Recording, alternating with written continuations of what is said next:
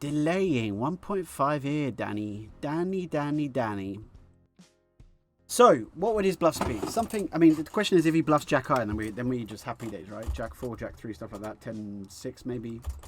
His value is like aces and kings. I'm not sure. Woohoo! Or 2-4. Happy days.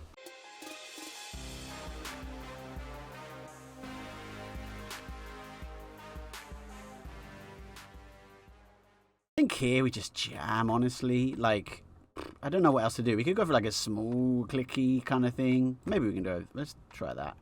Might be slightly preferable because we just obviously stack off. But like, it just looks kind of cool. And maybe we get a call from like an ace king or an ace 10 or something like that. Obviously, if we're up against Jack 10 or something, fine.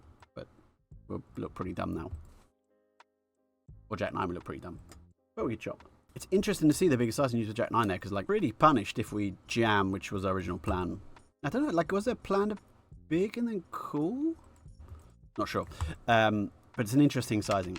Against that hand in particular, of course, we look dumb, especially when the turn hits. We look dumb going small, but obviously other things can happen. And my Spanish is poor, let's be frank here. But do I speak better Spanish than most people in the world? Possibly, right? You can draw a circle around Japan and China and India and Indonesia and Thailand and other countries in that circle. More people are in that circle than outside the circle. And no one speaks Spanish there, right? So, you know, I don't know where we're going with this, but, you know. All right, let's try limping some buttons at 25 big, sure. You know, Igor and Gile, this is a good lineup to limp a button against. I'm feeling confident now. How are the win rates on stars compared to party? Better on stars than on party, although on party there'll be more regs, also more rake back. So win rates, if you mean in terms of chippy V, win rates are better on stars. If you mean in terms of hourly EV, things can get similar. Wow, it was a set of a set in a 3-bet pot.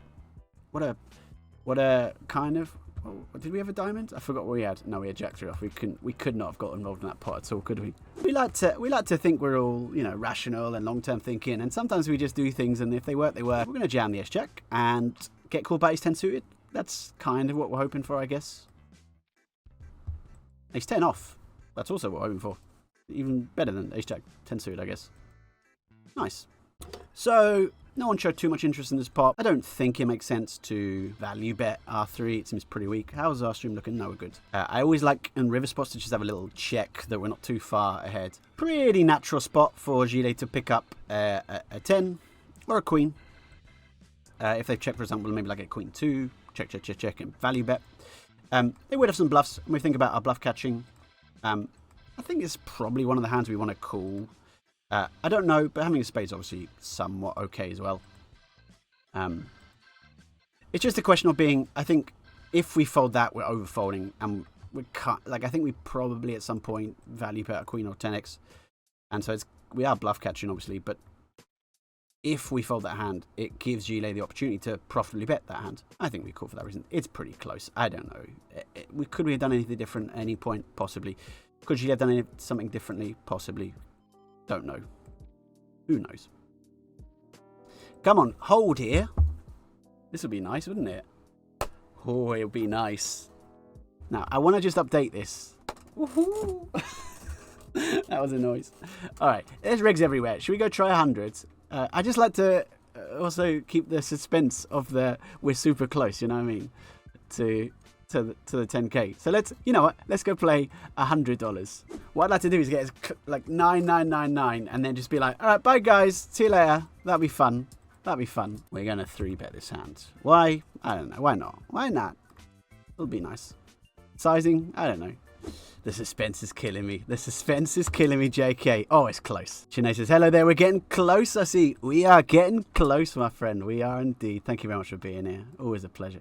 If you win the 1 million jackpot, please win in a normal spin. Oh, God.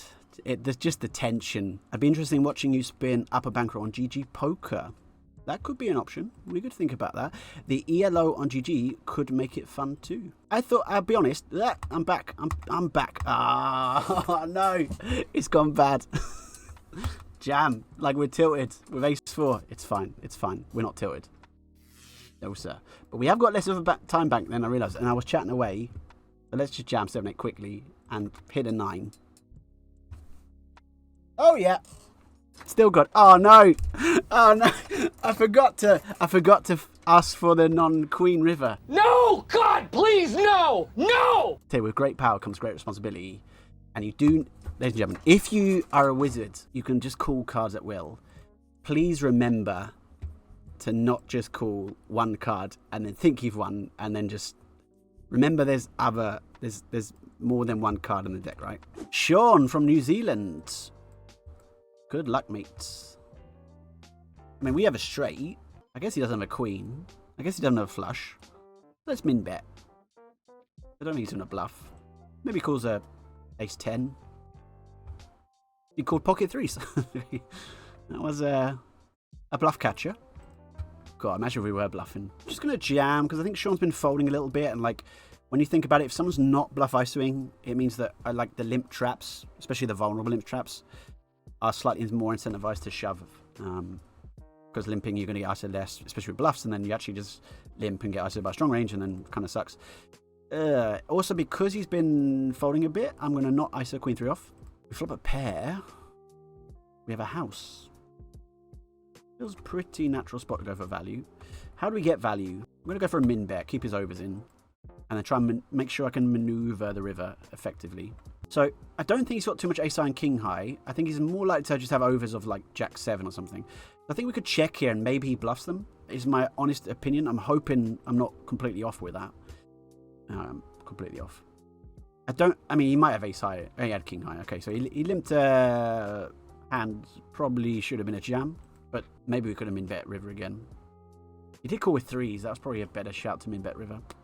I regret that. Never mind. Nazgul says, what chip of is considered good at hundreds flash? Good's always a difficult word, right? Because anything winning, firstly, is good. But it will also depend a little bit on your rate back. So there are some countries which can't get rate back, in which case you'd want to have like, if you haven't got rate back, you'd want to have like 20 chips to play, or 15 chips maybe, I don't know. But it's pretty tough to have that. I would say anything double figures is like a good start. I would suggest, I don't think too many people would rock the high double figures long term, but mid double figures would be a decent. There's a few guys that I know of that are in that ballpark. But everything is a bit subjective, and it also depends on how much you want to battle, how many tables you play. If I had one table and mainly look for recreationals, you can probably make 20 chips in the games. You just won't play that much volume, right? If you just want to play 100 or 500 games a day and you just play everyone, you're not going to make 12 chips probably. But it may be worth it if your rate back's insane. So, yeah, things to think about, Nazgul. One day I'll give a short answer. I'll just be like 10, 20, bam. I'll try a limp. We haven't limped enough. I heard you limp every single button. What else is limp? Okay, maybe your card. We don't mind if he wants to float kind of wide, so I'm going to go for a little min bet. We could also go pot here, would be an option, but I think given the dynamic that we've been bluffing before, and given that we still have the kicker that's playing, I think we shove here. Not the best river and all, but I like having the queen of hearts. It's tougher for our opponent to have. I think a lot of the 10 hearts, 9 hearts would check jam turn. So flushes are actually a bit tougher to have. Certainly queen X is part of the range, right? And jack X too. And I mean, we could have very natural bluffs that bet. No snaps good, obviously. Okay. As God says, I currently have 83 chips at 5s over 2.6k games. I need to play 3k to get in pool since I don't want to play without pool higher stakes. What do you think much of it would be at 10s and 25s? Would be a little bit lower. 4 table only on stars. There is definitely a jump up between 5s and 10s and 25s. So 25s you get a lot of people who play full time, right? It's their job. Maybe smaller would be fun. Keep all the 9x and 10x are like invested. I think here, just going to jam. We could also go for a click, but I'm just going to jam. We unblock this jack X, which is nice for us. Jack 10, Jack 9, King Jack, Queen Jack, maybe. Keeps the bluffing. We could have called as well. That would have been an option. It's such a dynamic board, though. Every 9x, every 10x, every diamond, every jack X kills a hand. And hand is very, very... It's not vulnerable in terms of necessarily being beat, but it's vulnerable in terms of losing the potential to get value from a jack X. So if he's got jack... Let's say he's check raised jack 6. Most likely on the flop, he's planning to get it in. But there's a lot of turns where that plan would change dramatically. King... No. So Nazgul, I don't know the honest answer. I mean, firstly, the thing to say is like your 83 chips obviously is very good, but over a 2.6k count sample, the confidence interval we could have for that is not guaranteed. We can't say you definitely will have 83 chips long term. So we have to realize there's a bit of risk. There's a bit of variables in that. And then we have to also think about, well, on top of that, as you move up 10s and 25s, your chip is naturally going to lower. Will you be more prone perhaps to tilt or get frustrated or anything? I would say if you could play the same in terms of, like, if we say 83 is your long-term chip V, and if we say the quality of your decision-making is the same, doesn't get affected despite having tougher games, longer downswings, etc., I would guess you could probably expect something like 60 at the 10s, maybe a bit higher. And then maybe 50, 60 at the 25s as well. I'm speculating because I can't say with any certainty. And I think it's generally better to be on the more conservative side then. It's also the case you don't have to necessarily immediately move up to 10s. What I would do if I were you, Nazgul, is I would take your 5s, keep building that sample, and add 10s. For example, what I would actually do, I would suggest add 10s at the weekend, because weekends typically are softer games. More recreationals play at the weekends for obvious reasons, because if you want to load up tables on Wednesday at 1 p.m. UK time or European time, lots of people who have jobs are working at that point, or they're busy or whatever. Most people who are bored and they don't have anything to do, it's often the weekend, right? And then they might play more poker then. And so it's a better time in general for reg ratios. And so play some 10s at the weekends, see how they go, and just build a sample slowly that way. You don't have to rush it. Like, take it nice and easy, and then it will help you, I think, demystify the higher states, because often it can be quite tough where a lot of regs, when they move up, I had the same experience where you get quite intimidated by the stake above, and at the end of the day, it's just poker, right? You really want to try and demystify it and realize it's the same game, and it's the same buttons and the same stack depths, and often the same opponents, and yeah.